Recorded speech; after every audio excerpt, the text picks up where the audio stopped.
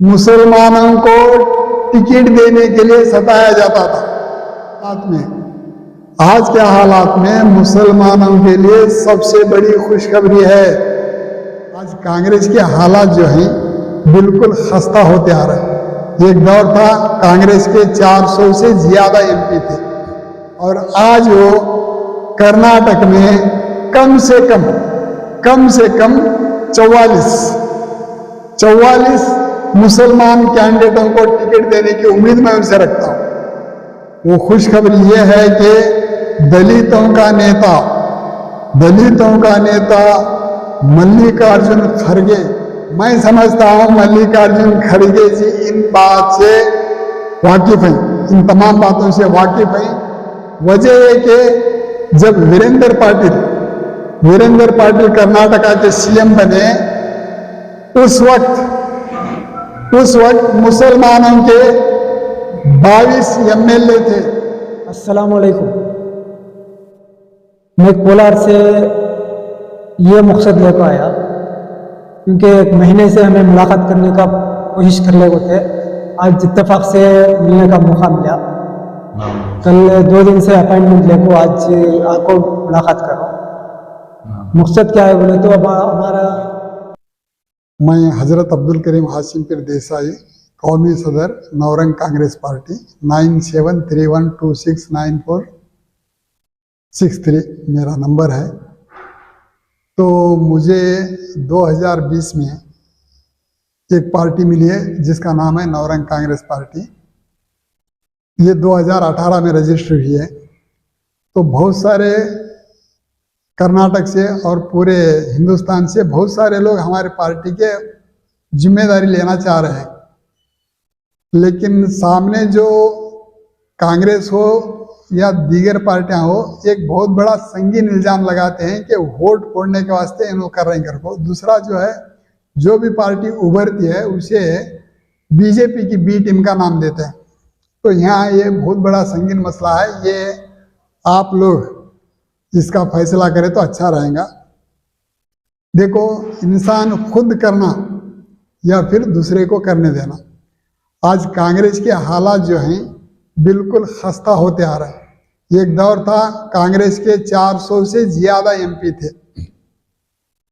आज 55 से कम है, जिसकी वजह से अपोजिशन का रुतबा भी नहीं मिला पार्लियामेंट में। तो हो रहा है क्या का, तो देखो अभी भी ये भाई साहब बता रहे थे हम ना मुसलमानों को कोलार से एमएलए जीत कर नहीं आ रहा।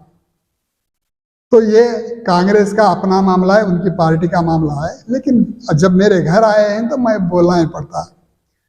देखो, मुझे अब तक एक तरह अलग उम्मीद थी, अब एक तरह अलग उम्मीद है। आज के हालात में मुसलमानों के लिए सबसे बड़ी खुशखबरी है। वो खुशखबरी ये है कि दलितों का नेता मल्लिकार्जुन खड़गे, जो ग्राम पंचायत से लेकर ऑल इंडिया सदर तक, नेशनल सदर तक ओहदे स्टेप बाय स्टेप लेते हुए तजुर्बाकारी के साथ एआईसीसी के सदर बने हैं, सबसे पहले मैं उनका खैर मुकद्दम करता हूं। रही बात, अब तक कांग्रेस में एक हालात ऐसे थे, मुसलमानों को टिकट देने के लिए सताया जाता था। टिकट देने के बाद भी वोट नहीं देते थे, वोट देने के लिए सताया जाता था। मैं समझता हूं मल्लिकार्जुन खड़गे जी इन बात से वाकिफ हैं, इन तमाम बातों से वाकिफ हैं। और आज वो कर्नाटक में कम से कम 44 मुसलमान कैंडिडेटों को टिकट देने की उम्मीद मैं उनसे रखता हूं। वजह है कि जब वीरेंद्र पाटिल कर्नाटका के सीएम बने उस वक्त मुसलमानों के 22 एमएलए थे। बराए मेहरबानी डिस्टर्ब मत करो। वीरेंद्र पाटिल जब सीएम थे तो 22 एमएलए मुसलमानों के थे, जबकि टिकट 25 से ज्यादा लोगों को दिया गया था। लेकिन आज खरगे जी होंदे, DK शिव कुमार जी होंदे, सिद्धरामैया जी होंदे, मुनियप्पा जी होंदे, परमेश्वर जी होंदे, अब मैं नाम BK हरि प्रसाद होंदे, MB पाटिल होंदे, सतीश जारकीहोली होंदे, ये तमाम जो लोग हैं कायदे मिल्लत यानी मुसलमानों के रहबर हैं। ये जब मुसलमानों के ये रहबर हैं तो मुसलमानों की क़यादत को भी वो पसंद करेंगे। ये एक वक्त था, राम लक्ष्मण की जोड़ी थी, धर्म सिंह और खरगे जी, ये दोनों मिलकर कमरुल इस्लाम को साथ लेते थे, कमरुल इस्लाम की लीडरशिप में काम करते थे। आज इसी तरह मुसलमानों को कम से कम 44 MLA को टिकट दे देकर को मैं उम्मीद रखता हूं। मुझे कांग्रेस से ये उम्मीद है, अगर उन्होंने नहीं दिए तो 44 MLA मैं मुसलमानों को ठहरा करूंगा। अगर उन्होंने 44 MLA मुसलमानों को दिए तो मैं बिला शर्त कांग्रेस का सपोर्ट करूंगा और कांग्रेस की वकालत करूंगा। अगर ऐसा नहीं करेंगे तो उनकी मर्जी है।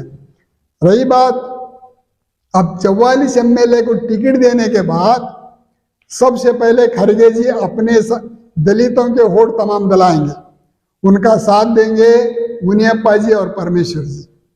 CM कौन हो रहे ये माने नहीं रख रहा, CM कौन हो रहे ये माने नहीं रख रहा। अगर तुम अपनी पार्टी की जीत लाना चाहते हो तो खरगे जी, मुनियप्पा जी, परमेश्वर जी और जितने भी दलित, हरि प्रसाद जी, जितने भी दलित नायक हैं, ये पूरे जो है अपने वोट मुसलमान MLA को देंगे। उसके बाद DK शिव कुमार जी अपने फॉलोअर्स, उन्होंने बड़े फकर से बोलते हैं कि पूरा कर्नाटक मेरे साथ है, तो पूरे कर्नाटक के फॉलोअर्स, जितने भी फॉलोअर्स हैं, जहां मुसलमान को टिकट देंगे वहां पूरे उनको वोट देंगे। उसके बाद रही बात सिद्धरामैया जी, सिद्धरामैया जी तो ऐसे हैं कि वो अपने एक टाइगर की तरह बात करते हैं, तो वो अपने फॉलोअर्स पूरे मुसलमान को वोट देने के लिए मुतवज्जा करेंगे और दबाव डालकर वोट दिलाएंगे और जीताएंगे। 44 MLA को अगर मुसलमानों को ये जिताएंगे तो ये कौन भी CM होंगे, मैं उनका खैर मुकद्दम करता हूं। रही बात अब मुसलमानों में इत्तेहाद का मसला आ रहा है, इत्तेहाद के मसले में मैं भी कुछ नहीं कर सकता, आप भी कुछ नहीं कर सकते। जहां खुदगर्जी है वहां हम एक नेता को नहीं मान सकते। जब 22 MLA चुनकर आए थे, ये 22 MLA का फर्ज बनता था कि कौम को साथ रखे। जब हमारे एरिया में हम अपने आदमी को हद से ज्यादा गिराते हैं तो दुश्मन बनकर भले एक वोट मिले वो ठहर जाता है। तो आप कोलार से आए हैं, अपना दर्द लेकर आए हैं, तो मैं मुख्तसर ये बताना चाह रहा हूं कि आप एक डेट लेवल मेरे पास, क्योंकि मेरे पास भी वक्त कम है, मैं अपने पार्टी की टिकट देना, मैं कांग्रेस में के मुसलमानों को टिकट देने के बाद मैं टिकट दूंगा। और मैं ये वादा करता हूं जहां पर कांग्रेस मुसलमान को टिकट देती है, मैं वहां अपना मुसलमान कैंडिडेट नहीं ठहरा करूंगा। लेकिन मैं दूसरे कौम का कैंडिडेट खड़ा कर सकता हूं, मुझे रोक नहीं सकते आप। जब मेरी बात आप नहीं माने तो आपकी बात मैं क्यों मानूं? आपका मेरे घर आना मजा है, लेकिन आपका फर्ज भी बनता है कि आपकी पार्टी को मना लो। मैं वोट नहीं फोड़ूंगा, लेकिन आपका भी फर्ज बनता है कि आपकी पार्टी आपको क्या दे रही है। अगर आप मुझे खैर मुकद्दम करोगे तो मैं खरगे जी का, सोनिया जी का, प्रियंका का, राहुल गांधी का, DK शिव कुमार का, सिद्धरामैया का, मुनियप्पा का, खरगे का, ये परमेश्वर का, हरि प्रसाद का, सबका खैर मुकद्दम करता हूँ। कम से कम 5000 शाला और 5000 हारा लाता हूँ। वो कितने मुसलमानों को जिताते हैं बोलिए, उनका खैर मुकद्दम करने तैयार हूँ। इतना कहकर मेरी बात खत्म करता हूँ। और भी क्या भी सवाल रहा तो बोलो। उधर वर्क चलने को है, ऑलरेडी हमें सोशल वर्क करने को ही हमें एक ट्रस्ट भी बना को NGO सरकार रिपब्लिक फाउंडेशन 313 को सरकार के नाम से एक तंजीम बना को है। वजह क्या बोले तो हमें मजलूमों की, गरीबों की, यतीमों की, बेवाओं की मदद करना और उसके अंदर हमें एजुकेशन को ज़्यादा इम्पोर्टेंस देने का मकसद से हमें, और कोरोना के टाइम पर भी बहुत सारा वर्क हमें करे। सो आज हमें करीम साहब के पास ये मकसद लेको बात करने का था कि उधर हमारे कोलार में अब तक का एमएलए कैंडिडेट को अनाउंस कर नहीं, तो कैसे टाइम पर उधर अनाउंस करती बोले तो एक महीना की एक 15-20 दिन आएगा तो एमएलए कैंडिडेट को अनाउंस करती, और उन्हें आपको खाली कोलार में लीडर कौन पार्टी के आदमी कौन पार्टी के आदमी नहीं सवाल है कौन वो मालूम करे तक वक्त खत्म हो जाता है, तो वोटर तक उन्हें पहुंच नहीं सकता कैंडिडेट। और ज़्यादा जल्दी से जल्दी कैंडिडेट को अनाउंस कर को वर्क करने छोड़े तो इंशाल्लाह वहाँ कामयाबी मिलती है। आज तक कांग्रेस का हमें मुझे अक्ल है जब से हमें एमएलए को कांग्रेस का एमएलए हमें नहीं देखे। वहाँ एक्स मिनिस्टर निसार अहमद साहब एक जने एमएलए बने थे 30 साल के पहले उन्होंने बने थे, तो उन्होंने जाने के बाद कांग्रेस का एमएलए एक भी उधर नहीं बन नहीं सका, खासकर हमारे समाज के लोग मुसलमानों को भी नहीं बन सके।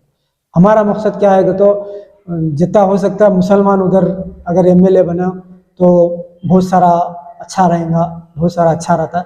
और कैंडिडेट क्या वास्ते मुसलमान बनना बोले तो मेजॉरिटी मुसलमानों की ज़्यादा है उधर, लेकिन अब जब मुसलमान कैंडिडेट नहीं बन सक रहा है तो गैर मुस्लिम भी अगर कोई बन रहा है तो सबको साथ में लेकर चलने वाला कोई कैंडिडेट अगर है तो उसे दिए तो भी हमें काम करने तैयार है। ऐसा नहीं कि मुसलमान को दिए तो करना क्या भी नहीं है, लेकिन जल्दी उधर कैंडिडेट को अनाउंस करे तो हम भी काम करने में आसानी होते। तो और अगर वहाँ अगर कैंडिडेट कोई नहीं ये हो रहा है, सेटरेट नहीं हो रहा है, जल्दी ये नहीं हो रहा है तो करीम साहब भी वहाँ होना तो अपने कैंडिडेट को उतार सकते हैं, किसी को काम करने छोड़ सकते हैं, ये हमारा इरादा है। तो करीम साहब की राय क्या है? करीम साहब की राय अभी मशवरा कर ले कुछ चाहिए हमें, इंशाल्लाह देखना अभी क्या बात करती क्या होता है इंशाल्लाह। मैं कोलार से ये मकसद लेकर आया क्योंकि एक महीने से हमें मुलाकात करने का कोशिश कर ले थे, आज इत्तेफाक से मिलने का मौका मिला। कल 2 दिन से अपॉइंटमेंट लेको आज आपको मुलाकात करो।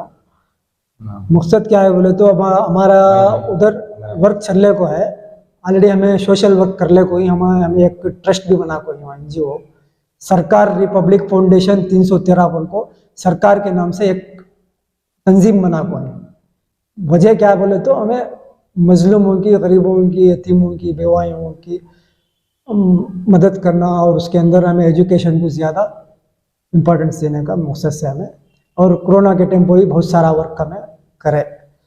सो आज हमें करीम साहब के पास ये मकसद लेको बात करने का था कि उधर हमारे कोलार में अब तक का एमएलए कैंडिडेट को अनाउंस कर नहीं, तो कैसे टाइम पर उधर अनाउंस करती बोले तो एक महीना की एक 15-20 दिन आएगा तो एमएलए कैंडिडेट को अनाउंस करती, और उन्हें आपको खाली कोलार में लीडर कौन पार्टी के आदमी कौन पार्टी के आदमी नहीं सवाल है कौन वो मालूम करे तक वक्त खत्म हो जाता है, तो वोटर तक उन्हें पहुंच नहीं सकता कैंडिडेट।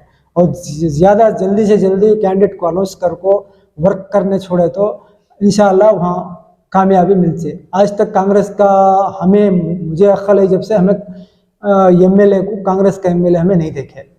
वहाँ एक्स मिनिस्टर निसार अहमद साहब एक जने एमएलए बने थे 30 साल के पहले उन्होंने बने थे, तो उन्होंने जाने के बाद कांग्रेस का एमएलए एक भी उधर नहीं बन नहीं सका, खासकर हमारे समाज के लोग मुसलमानों को भी नहीं बन सके।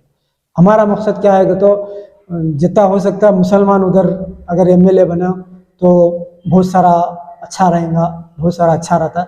और कैंडिडेट क्या वास्ते मुसलमान बनना बोले तो मेजॉरिटी मुसलमानों की ज़्यादा है उधर, लेकिन अब जब मुसलमान कैंडिडेट नहीं बन सक रहा है तो गैर मुस्लिम भी अगर कोई बन रहा है तो सबको साथ में लेकर चलने वाला कोई कैंडिडेट अगर है तो उसे दिए तो भी हमें काम करने तैयार है। ऐसा नहीं कि मुसलमान को दिए तो करना क्या भी नहीं है, लेकिन जल्दी उधर कैंडिडेट को अनाउंस करे तो हम भी काम करने में आसानी होते। तो और अगर वहाँ अगर कैंडिडेट कोई नहीं ये हो रहा है, सेटरेट नहीं हो रहा है, जल्दी ये नहीं हो रहा है तो करीम साहब भी वहाँ होना तो अपने कैंडिडेट को उतार सकते हैं, किसी को काम करने छोड़ सकते हैं। ये